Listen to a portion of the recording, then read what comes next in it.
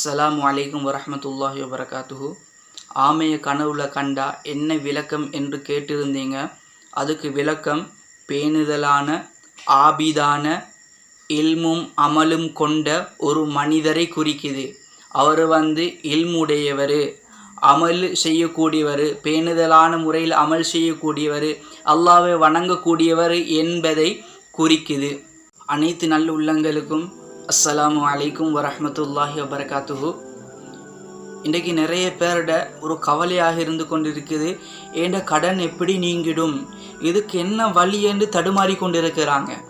மாஷா அல்லாஹ், மார்க்கம் அழகான வழிகளை துஆக்களை காட்டி தந்திருக்குது.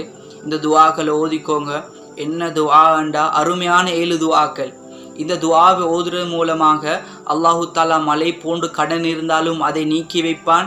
எவ்வளோ பெரிய கடனாக இருந்தாலும் அதை அல்லாஹு தாலா சீராக்கி கொடுப்பான். அது மட்டும் இல்லை, ஒருத்தருக்கு கடன் இருக்குது, அந்த கடனை கெட்டுறதுக்கு அவர்கிட்ட வசதி இருந்தும் மனசு போவதில்லை. அந்த கடனை கெட்டுறதுக்கு இந்த மனசையும் அல்லாஹு தாலா கொடுப்பான் இந்த 7 துஆக்களையும் ஓதுறதால. இந்த துஆக்களை எப்படியான முறையில் ஓதணும், இந்த துஆ என்ன என்ற விஷயமெல்லாம் கீழே இருக்கக்கூடிய ஒரு ப்ளே பட்டன் ஒன்றைக்கு சின்னதா இதை கிளிக் பண்ணி கட்டாயமாக பார்த்துக்கோங்க.